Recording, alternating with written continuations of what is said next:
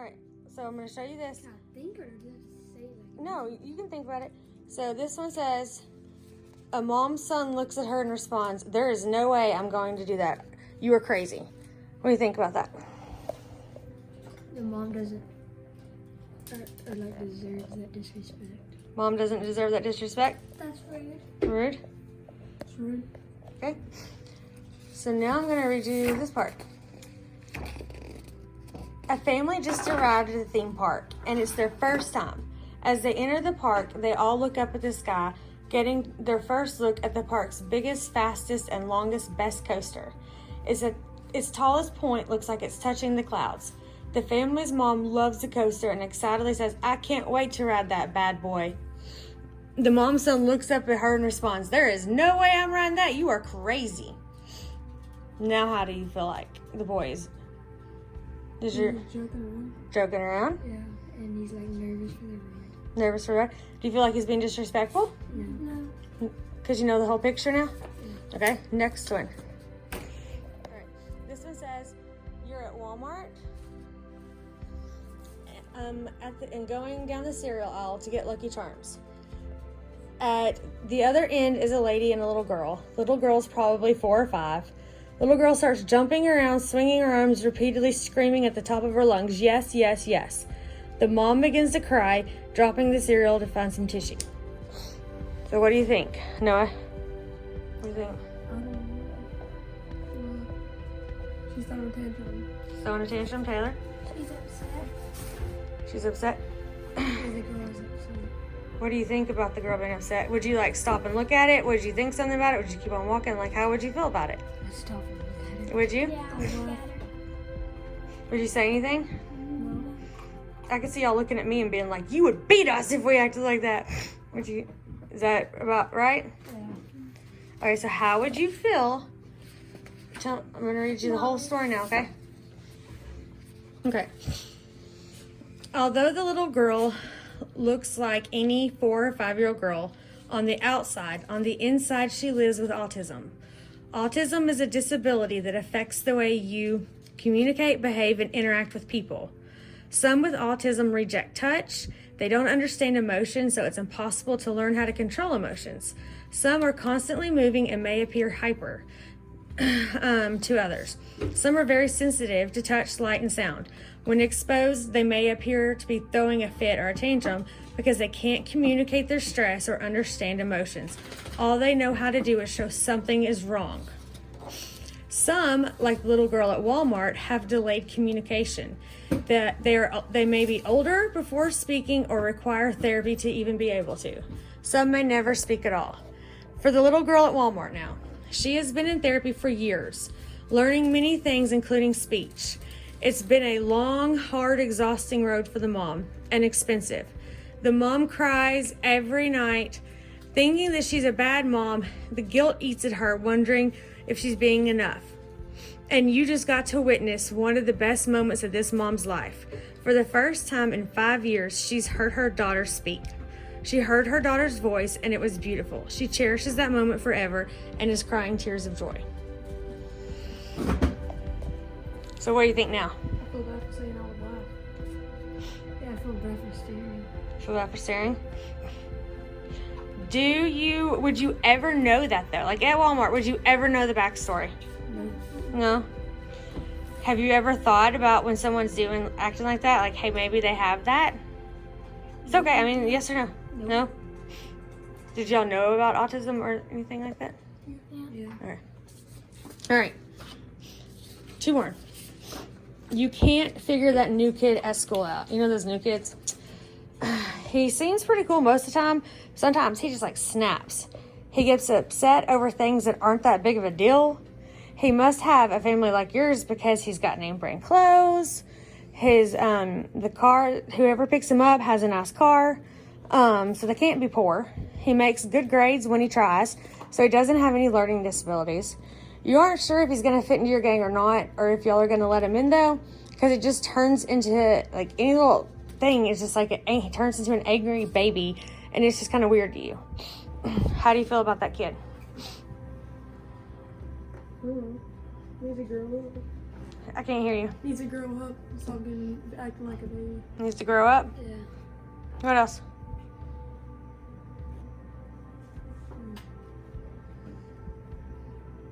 Honestly, what do you think? You gonna talk about him with your friends? No. You gonna hang out with him at the table? Needs to learn how to control his anger. Needs to learn how to control his anger.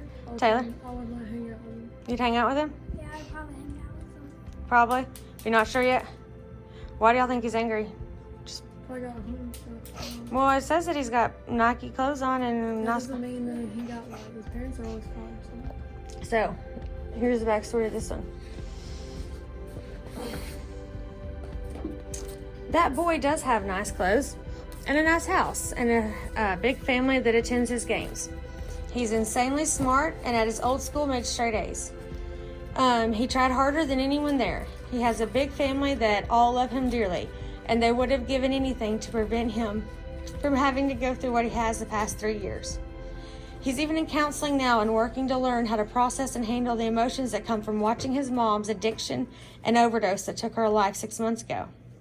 The anger and pain from that hits him like a truck, and he can't stop it. He desperately wants to and is even embarrassed by it.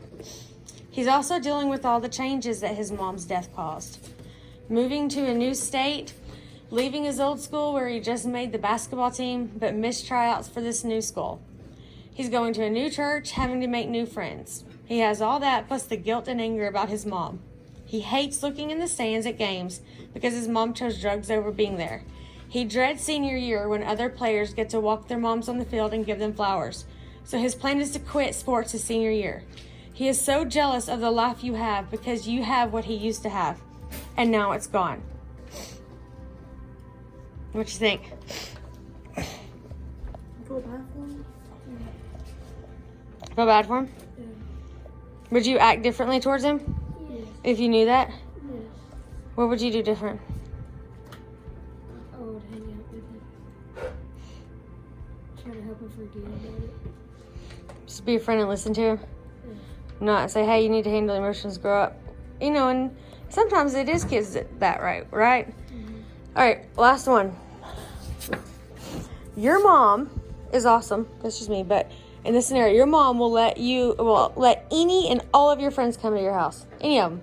They can spend the night, so they can do whatever, as many as you want. So you don't get it. Why she's so good to have them at your house, but there are 3 of your friends she won't let you go to their house. You miss out on fun, sleepovers, and parties because she says you can't. She won't give you a reason. What really makes you mad is she teaches you to include everyone so people aren't left out. How do you feel about her not letting you go? Honestly, how would you feel? Not, hey, we think we know where this is going, but there's a big best part of the year and your mom said no. I'd be super mad. What? I'd be super mad. I would get grounded. You get grounded? Noah? I'd be upset. You upset? Would you think maybe your mom just doesn't want anybody else to have fun at their house and she just wants it to all be about her house? Think she's just trying to be mean? No. You think she's just trying to be mean to you? No. Well, She's trying to protect me. how do you know she's trying to protect you? It's your friends. They come to your house all the time and hang out. You know they got a good life.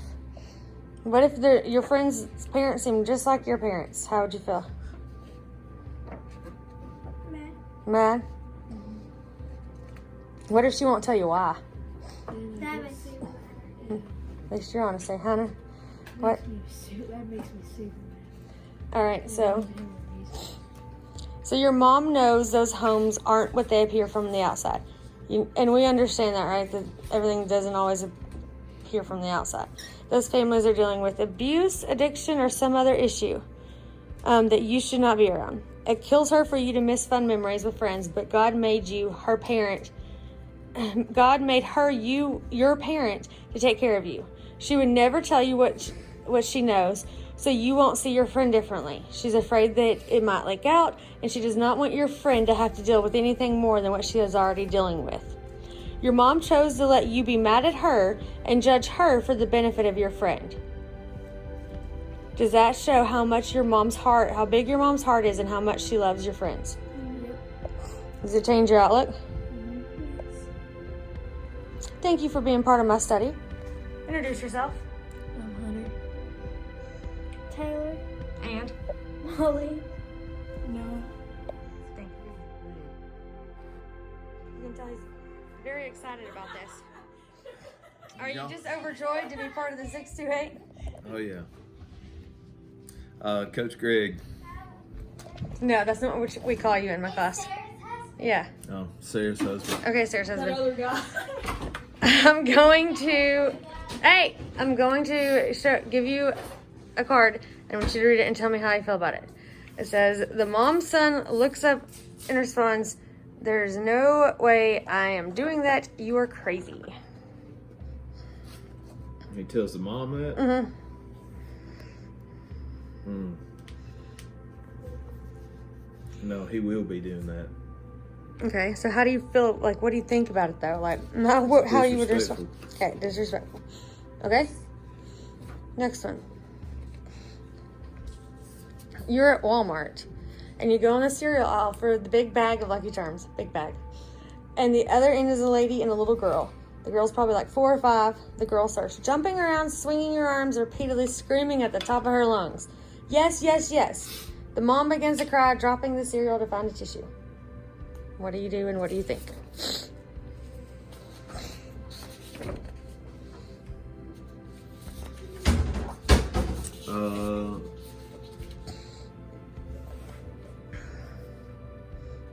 Before I started working with special needs, I would have probably thought that little girl probably needed a spanking, that there was no discipline in the home and stuff like that. But since the experience that I have working with special needs kids and students, I would probably think that maybe that little girl has some disabilities that she's having to deal with, and the mom is probably just super stressed because of the daily grind of having to, you know, try to take care of her or teach her what she needs to know, and it's just the struggles that come along with that as a parent.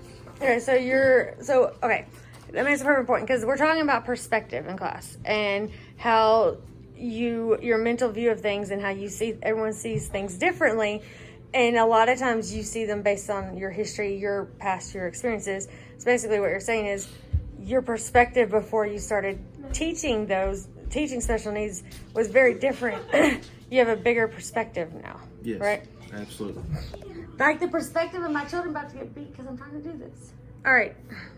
So you were spot on. The only thing that I added different to that was that it was the girl's first time to speak.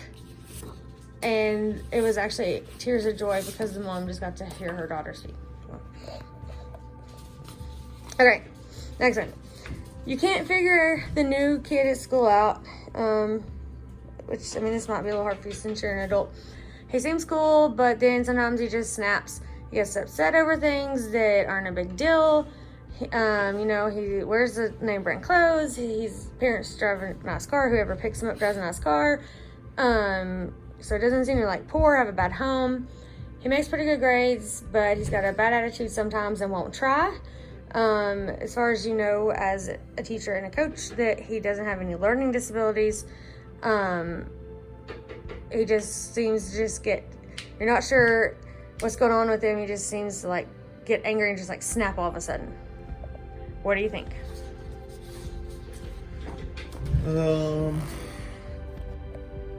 Again, my perspective is probably different now because I'm involved with so many kids' lives and at school and as a coach. So before experiencing what I experience now as a teacher and a coach, I would probably think that kid probably needs a spanking. That again, there's no discipline at the home. Probably spoiled because of his, name brand clothes and shoes. Probably always gets what he wants when he wants it, all that kind of stuff. But being around kids every single day and seeing all kinds of different kids and with different backgrounds, my perspective on that would probably be a lot different. Is a lot different now because I would probably think he's probably got some, something else going on that's causing him to be like that. Because anytime I always feel like kind of now that anytime I see a kid act like that he's probably, there's something, there's a lot bigger picture going on than just the right now with what you're seeing with him. There's a reason he's acting out. There's a reason he does what he does. Either he's not getting enough attention at the house, so he comes here and does that. Maybe his parents work all the time and he never gets any quality time with his parents, so he acts out to get attention at the school because he don't get it at home. Or maybe his parents are divorced and he don't get to see one of them a lot or ever. So- or maybe the mom's not in the picture or the dad's not in the picture, and he just he just has that void in his life that he's trying to process but don't really know how to process because he's still growing up. So based on that, like, okay, so you know that something more is going on. So what do? Do you just assume something, or now as in your role, or now that you know that there's bigger In my pictures, current or do role- you try to dig, like, as a kid, or not as a kid, but like, what? Do you just make more assumptions, like, oh, there's something going on with them, or do you try to dig to see what you can do to help? I would try to help the kid out and see, what the bigger picture is, like I was saying, and what's going on with him or her. And if it's a her, I would obviously try to find some female to try to work with her. But if it's say it's one of my players or something, or just a kid in the school, it's a young man, then I would try to see what was going on, talk to people that knew him better than I did, and see what's, if there's something I could do to help him in whatever ways he needs help. So I think we have a mindset in this area, and probably a lot at Brooks, because there are, a lot of great family lives and some, people who are not struggling financially. I think we kind of feel like this area is immune to bad. Everybody has a great home like us. Is that true from what you've seen? Did everybody have a great home like us? Yes. Absolutely not. Have you been surprised by how much you've learned By being exposed to? Yeah. I mean, I have, but I haven't. Because being a preacher's kid, obviously, was around certain things and exposed to certain things because the preacher would always get called in to try to help families out or counsel with people and stuff like that. So I was aware that not every home was perfect, but what I was and not Justin. aware of, I said, and you're one of your best friends. and what, yeah, and people that I grew up with, their home life, was not the best. But even though it wasn't the best, they were the kid that had the new car, the new clothes, the new truck, the new, shoes, whatever else. But I guess just with my experience now, you can't judge a book by its cover. You can't. There's a lot going on behind the scenes that nobody really knows, because a lot of times people will smile, or sometimes the people that are smiling the most are the people that's crying the most inside, because of the situations they got going on. Or the ones that act the toughest and I'm so cool, I'm so going to be a bully, are normally the ones who have the lowest self-esteem too. Yeah, Well, we know that try for a to fact. push others. Yeah. All right, so last question, and I know this one's going to be hard for you. But your mom won't let you go spend the night at someone's house, or your wife. We'll just try to imagine, like, as a kid, because this one's kind of hard. But your mom won't let you spend the night, but she'll let all your friends come over. Your mom was a lot like me growing up, because you always had people come, and you even had some stay with you for a while. And your mom's a lot like me, probably too, and being a little bit stricter. Anyone can come here, but she wouldn't let you go, and so you missed out on a lot of fun. You felt like you didn't get to experience some of the things that your other friends did. All they did was talk about these fun parties the next day at school or whatever, and you don't understand it, why she won't let you go have that fun, but she'll let them come to your house. What do you think's happening? Is this like how I think, as how I thought and processed stuff as a kid? Yes. Or as an adult, as a parent? I know what you think as a parent. You don't care as a parent. Suck it up. You ain't going. No, but there's reason behind that. As a kid, I was never. I mean, like, you know, the question was stated. You know, my parents were very picky as far as who they let me and my sister hang out with, as far as going to spend the night with, or whatever you say. But my parents were very good about explaining the whys behind all the things that they wouldn't let us do or let us do. So, you know, Dad, I'm not going to get into his background and story and stuff like that, but, you know, my dad, before he became a Christian, lived a very different lifestyle, and he told me a lot of stories about, you know, things that he experienced when he was my age, when I was younger, and the things that he did. And so because of that, my perspective was a lot different than most teenagers, because I didn't want to be around that type of situation or be, you know, involved with that kind of situation or those things or whatever it may be. Because I knew the big picture of it. It wasn't just an emotional response where my parents they hate me, they don't want me to have fun, they don't want me to go do anything or hang out with my friends, where in reality they want you to be able to do all that, but they want to protect you at the same time. So you can have anybody you want over at our house, because your parents can control that, and you still get to hang out with your friends and stuff like that. But when you're not at our house, you know, they can't protect you as much.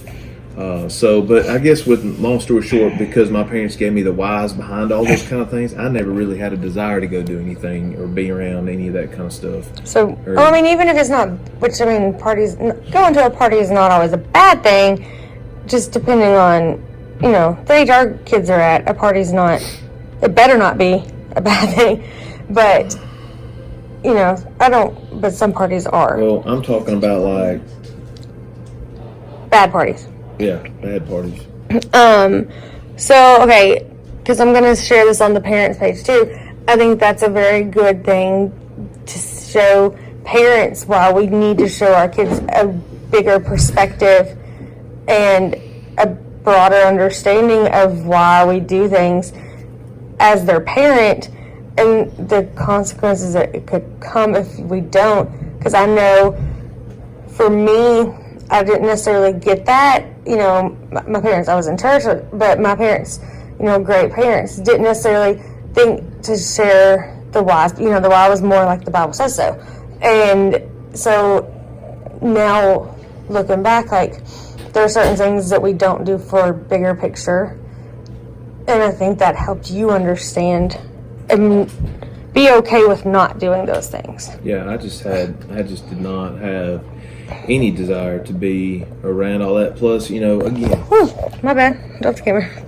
Being a preacher's kid exposed me to a lot of things that normal kids probably, you know, don't get to see or be involved with, because there's all kinds of different situations. Because, you know, when things go bad, you know, a lot of people, the first, you know, people they turn to is a preacher, because they need prayer, they need help, or, you know, whatever, comfort, or somebody to talk to, counseling, or whatever. And, you know, my dad never did tell me any of the stories, because all that was confidential or anything like that. So don't get me wrong, but I'm not stupid either. So, you know, I could see, you know, okay, well, this is probably what's going on here. And then so I would take that real life reality experience right now, what's going on, even though I'm not going through it myself.